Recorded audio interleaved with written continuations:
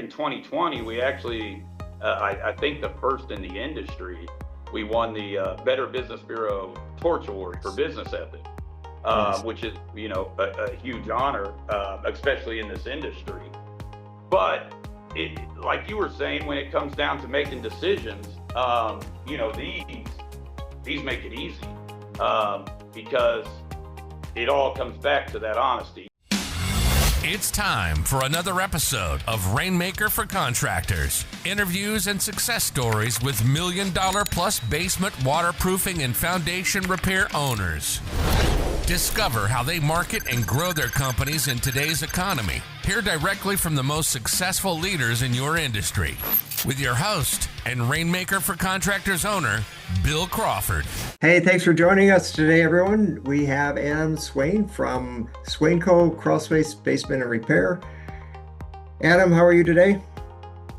Not too bad. How are you doing, Bill? Good, I'm good. Thanks for joining us. Would love to hear your story. We've talked before this. Yeah. A really unique Really story. appreciate you having me. Absolutely. Well, can you introduce yourself to the audience a little bit, like where you're at and Yeah.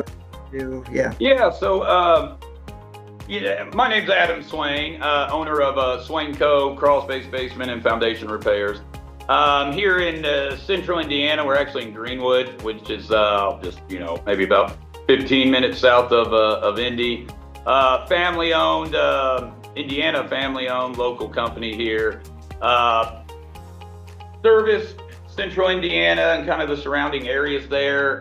Commercial into things, it takes us further than that. But yeah, we've been in the industry the longest around here. Consider ourselves the original experts.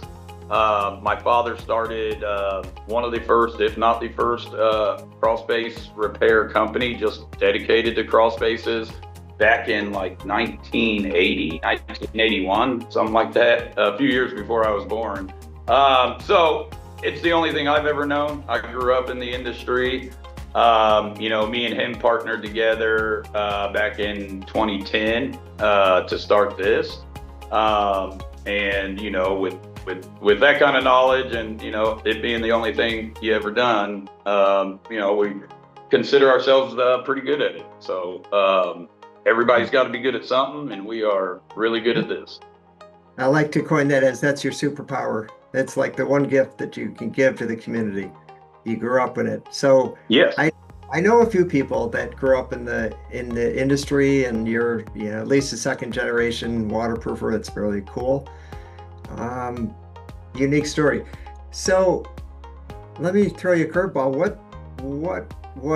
What's the management style like with your dad running the business, and then like what role, like where did you start in the business? So when we started this thing, we started it, we had one crew going, basically a quasi crew, myself and another guy, and my dad. He was getting a little older then, so he wasn't really working on the crews too much, but yeah, we had about $1,000 saved up and decided to run with this. Basically, the idea here was, we were going to have a company that was going to be a little bit different than the others, especially in how we manage things and how we do business. And our big thing was ethics and honesty, especially in this industry. You're doing repairs for people that they can't typically see. You get a bathroom remodel, it's right there in front of your face. You encapsulate your crawl space. It looks great, it looks amazing, but you're not going to see that, other than pictures or if you go down there. And so, there's a big problem with honesty, I think, in this industry, back then. And so, that was our big thing in starting this. Everything we do kind of centers around, that honesty and ethics. And he passed away in 2017, which that was actually kind of a, you talk about curveballs. That was a curveball for us, because he was, obviously meant a lot to a lot of people, especially here at the company. But That was one of those things that, just happens. Nobody expected it. Nobody was anticipating it. It was just didn't wake up that day. We had some calls to run that morning, and, he wasn't answering his phone, and ended up having a heart attack in the middle of the night. So for us as a company, that was a really big hit. And it came at a pretty rough time. We were, this was 2017, and we were just maybe a week and a half out with work. It was just kind of a real slow time for everybody around here during that time. And getting through that was tough, but we pulled together. We took the one day off for the funeral and everything, and then we hit the ground running. And Wow. We kind of made it a point to make this thing bigger, better than he would have ever imagined. And so we did that right after and got to work. Wow. What a shock, right? Like, what a surprise. It wasn't expected. Just had a heart attack. And Yeah. one day you're back at work. And I'm guessing that put you in charge, whether you were ready for it or not. Yeah. I mean, the way it was run prior to that, I had been, general manager, co-owner, so to speak. But obviously he was, founder. He was, the grandfather of crawlspaces, actually. Sure. There's a guy in the, I think it was the Indianapolis Star that gave him, that title like 25 years ago. But actually, back of his tombstone says Wow. the grandfather of crawlspaces. Just to show you, that's us. That's what we do. And so, but yeah, he was, the founder, and meant a lot to our employees, our management and everything. And so, yeah, it threw us for a loop, but we, I think had a meeting, that very next day with everybody. First, my management, kind of explained, what's going on here. We're going to be fine. I've got this thing, and, everything's going to be good. We end up meeting with the crews as well, explain that to them that, hey, nothing changes here. We're going to keep going forward here, and, be better than we ever were. And we did. And it threw me into a position that I don't know if it's that, I was ready for sure. What I wasn't ready for was to do it by myself, I think. I was managing, I was doing, all that stuff prior to his death, but I wasn't doing it alone. You always had, this guy to kind of fall back on, for a number of reasons, and so that was, looking forward, making these decisions, running this thing, by myself now, without your business partner, your best friend, your father, that was tough. And that was probably the hardest part to try and, work through. As far as everything else, no, I mean, like I said, these were duties that I was already doing, more than ready to take over and run the thing. Don't think I was ready to do it by myself, or I guess didn't realize, until that happens that, hey, man, you did have, somebody else here that did make things easier, so Yeah. that part of it was tough, but, Yeah. is what it is, and we were able to get through that too. Nice. And I'm noticing in the back, you alluded to your core values, honesty and integrity. Can you touch on them? I do a lot of business coaching, and if I'm working with someone for a while, I definitely get in core values. When I had my waterproofing company, core values for me were really helpful in those times when you're trying to make a decision and it can kind of go one way or the other. But then when I look at my core values, I say like, okay, the decision's made. Like, it's obvious. We have to do the right thing. We need integrity, whatever it is, whatever the situation is. Can you mention them, and then how'd you come about getting them, and how do you use them in your company?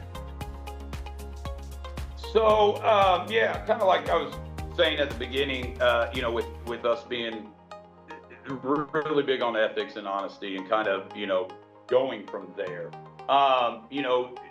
These right here, these core values are a big part of everything we do. In fact, it's kind of the start of everything we do.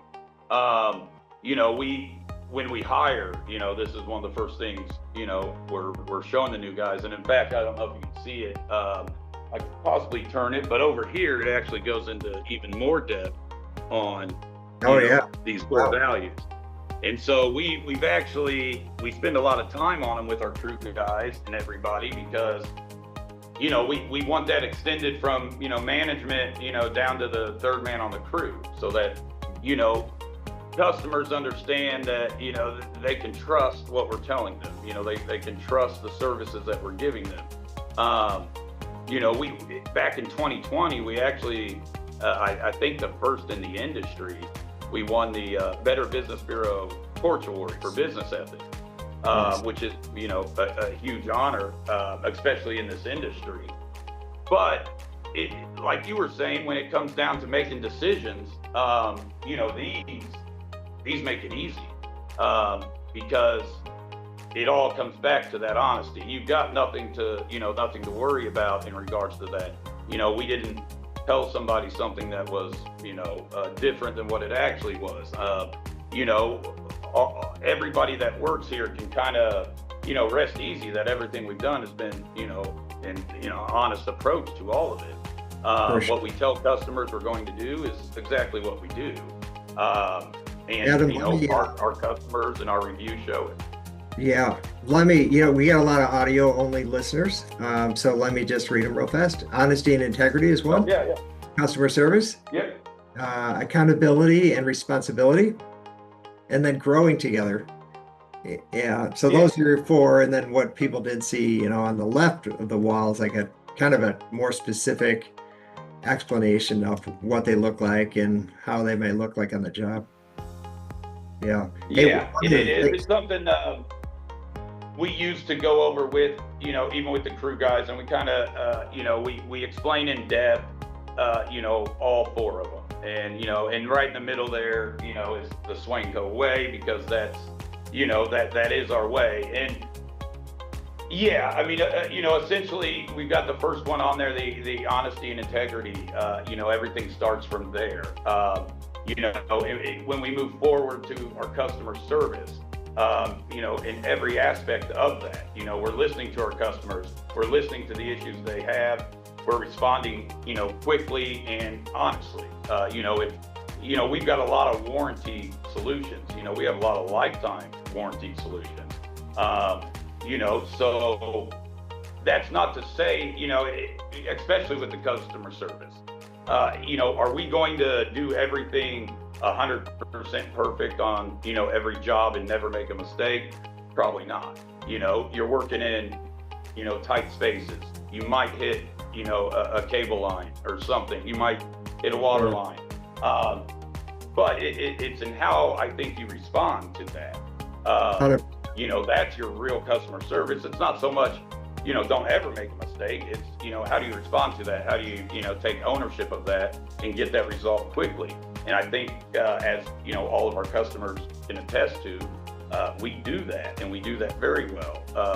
We respond quickly to any issues. And then we've got, that kind of goes into the accountability and responsibility. Management, we hold each other accountable, in our weekly management meetings. My service manager has his weekly crew meetings, and he's, and these crews have got, worksheets, that they've got to fill in, on every job, pictures they've got to take, customer walkthroughs, and, and that all goes back to the accountability thing with it. We're holding everybody here accountable. But I think that's what makes, this this company work. And that's what, in the last one, growing together. When we're all doing these things together, this company grows and it becomes more successful, but so does every employee that's working here. They also grow along with it, and we couldn't grow if it wasn't for them. I mean, I may be biased, but I think we've got, the best crew guys around. I think I've got, the best managers around. This company would be nothing without, these guys, and they do such a great job at what they do because they take these, these core values very serious. We've had several listeners express interest in being guests on our podcast, and we think that's fantastic. If your company generates over $1 million in revenue and you believe you have valuable insights to share, we'd love to hear from you. Additionally, if you are a supplier to the industry and want to explore partnership opportunities with Rainmaker, we are open to discussing collaborations. Finally, if you're a basement waterproofing or foundation repair contractor looking to boost your online marketing efforts and generate more leads, reach out to us. We're here to help you grow. I want to make a comment on core values and move on to a different topic that I think the listeners will find very interesting that you mentioned in the previous conversation we had. But one of the things you're doing with core values, which I love, is you're having meetings around them and you're unpacking them. That's wonderful. I've seen a lot of different companies do different things. One of the issues with core values is in companies, there's often two sets. There's the one on the wall and then there's the real ones. And you have to kind of watch what the real ones are so that you're having meetings on that. That's awesome. I've seen companies send a weekly email out at the end of Friday to say, hey, before you go home, share, 2 core values that we held up this week, give examples, and share one example of us not living up to a core value, just to kind of be open to that feedback so that we're always having the real ones and the ones on the wall in alignment. So you've taken steps in it. That's awesome. Good for you. Hey, last time we talked, I think that you've mentioned that you've created some competitors. If anyone's been in waterproofing for a while. I would say more so, have I personally created some competitors, since, running it by myself since 2017? Yeah, a few. My dad, I think, created the most. I mean, he's created the most for me right now, but you go back, he started doing this in the 80s. He's had, guys come on, as partners that, ended up leaving, starting their own thing. Guys that worked for him ended up leaving, starting their own thing. Some of those companies ended up, being, I guess, somewhat successful in a sense that, they're competitors of mine. Oddly enough, some of those even ended up down the road becoming family of mine as well. And it's a small world, I guess, but yeah, I've got a stepbrother that's a direct competitor of mine, a stepdad that's a direct competitor. These are 2 separate companies, and then I've got a step uncle on a 3rd company that's a direct competitor, and these are all owners and they're direct competitors of me, but that doesn't include the amount of people and family we know that work all over for different, competitors. I've got a cousin of mine that's, general manager at a different competitor's place. So it gets a little entwined. Thanksgivings and Christmas are fun. We got Thanksgiving coming up, and those are really Christmas, Thanksgiving too, but those are the 2 dates where, we're all together. Our families are all together, and it really is. It's a great time. I mean, these are great guys. We don't have any, I shouldn't say, crazy competition. We do. We're competitors, and we do go after the same jobs. But when it comes to family, and that kind of stuff, it all kind of stays outside, and but Christmas and Thanksgiving are unique, I guess, around. So in a typical family get together, a big one, there might be 4 different waterproofing companies represented. There will be four. There There will be. will be four, at least four owners of competitors in central Indiana of mine. But as far as like it, let's say, huge family gathering, you're probably going to have somewhere like 6, 7, 8 companies represented. Because Wow.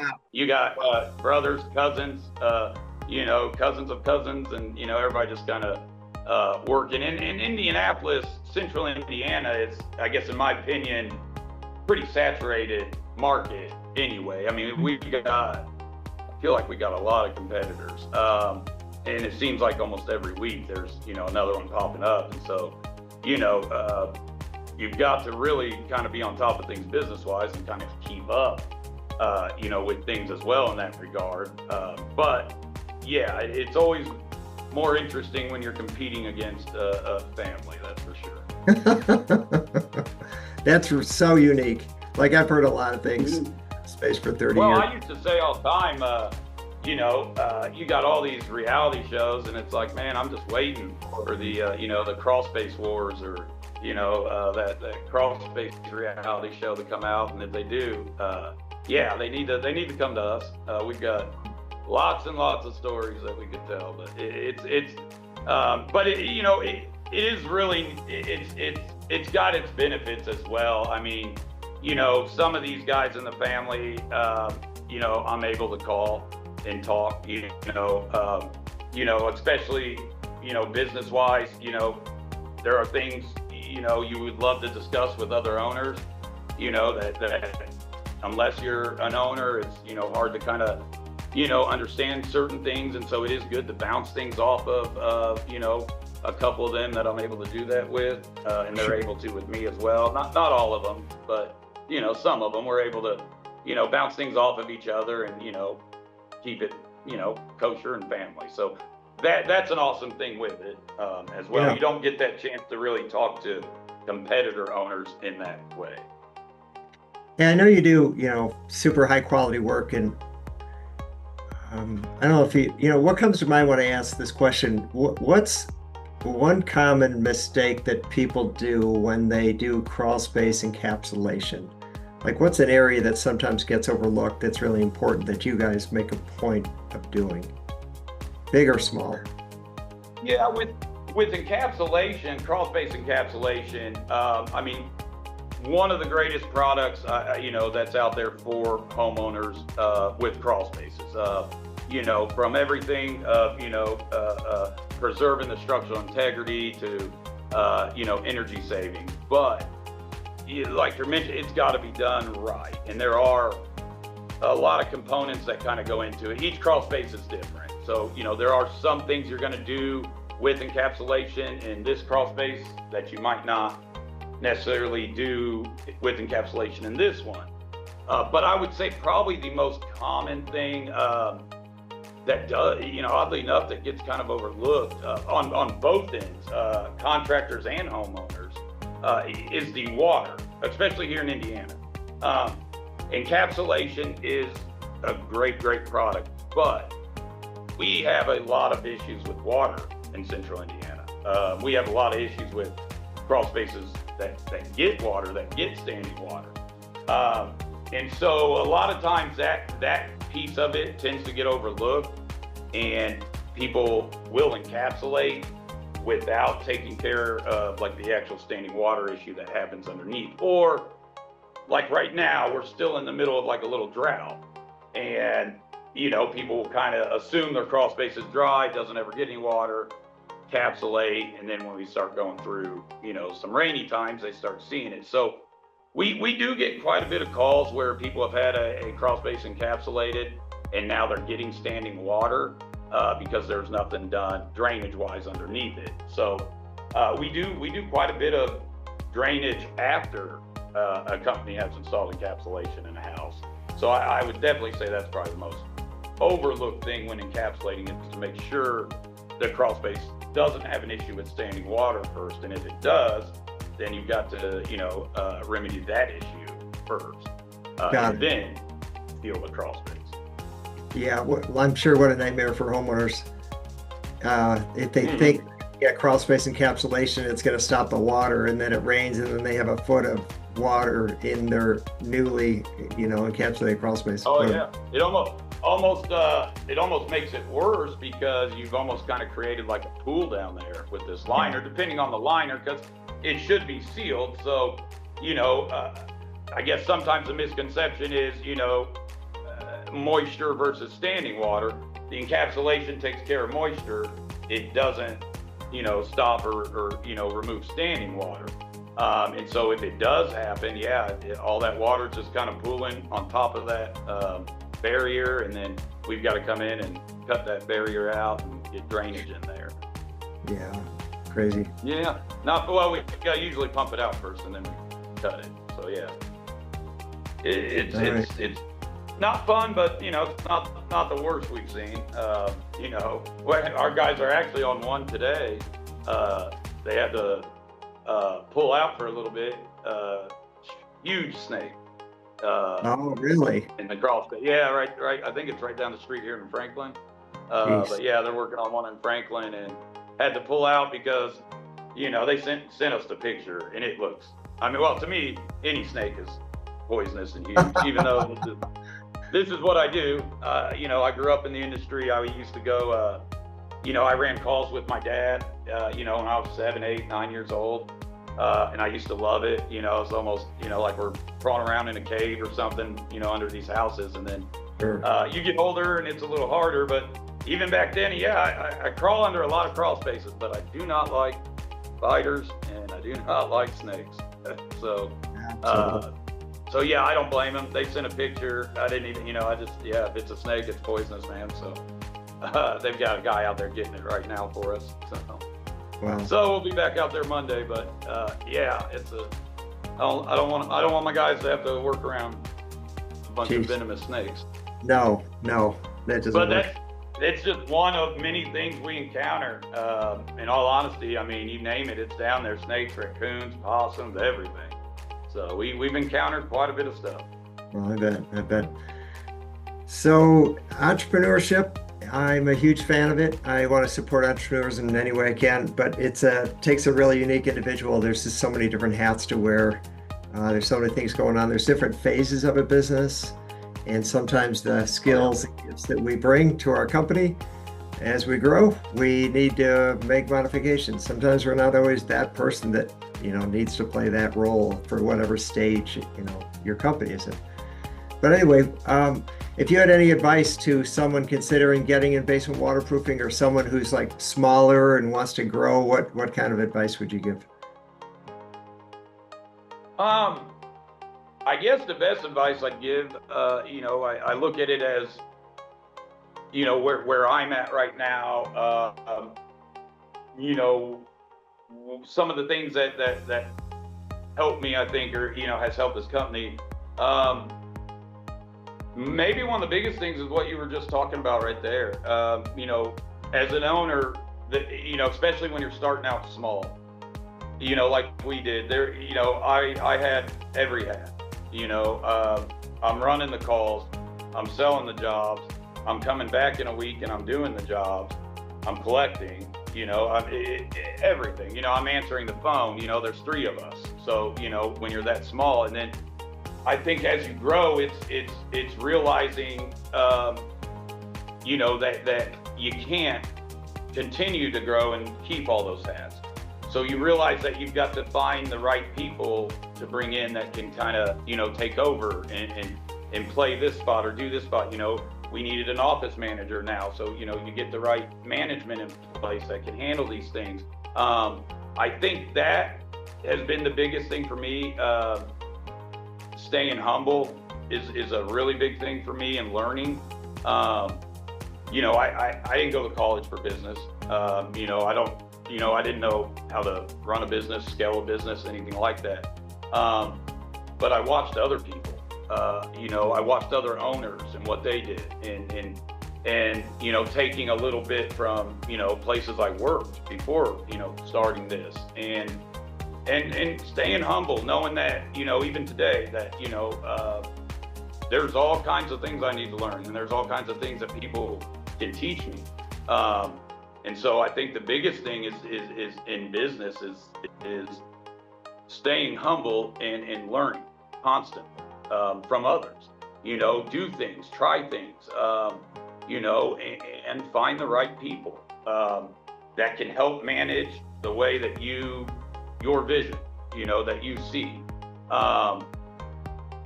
It probably the biggest thing for me right there was finding the right people, and we do, and we have great people, and staying humble and learning from people. Not thinking, everything. Especially when you're younger, I think, that's really hard, to do. But For sure. it was something I learned, real quick in multiple phases. Even I would say there were, before my dad died, I would have said, I was, I'm a pretty humble person. After that, I realized, I can be a lot more humble. I can learn a lot more things if I just get out of my own way. And so that I think has helped us the most. Finding the right people, not having to, wear all those hats all the time, and just constantly staying humble and knowing that, you can learn more every day. And hard to fail if you're constantly doing that. That's great. That's awesome. Humility goes a long way. I couldn't stop from thinking a joke of like, I'm the humblest person in the whole wide world. You're not saying that, but that's where my mind went. That's awesome, Adam. Thanks so much. Thanks for your time. Thanks for your words of wisdom, and great to hear your story. Fascinating. Can't imagine those holiday gatherings. It's like Basement Health Association reunion at the holiday gathering there. Yeah. Awesome. Yeah. All right. Well, again, thank you, and have a great day. Hey, I really appreciate it. Thank you so much, Bill. You've been listening to the Rainmaker for Contractors podcast, where basement waterproofing and foundation repair business owners and industry experts share marketing and sales information that helps you reach more customers. Please leave us a review on iTunes or your favorite podcast platform, and get all of our show notes at rainmakerforcontractors.com/podcast.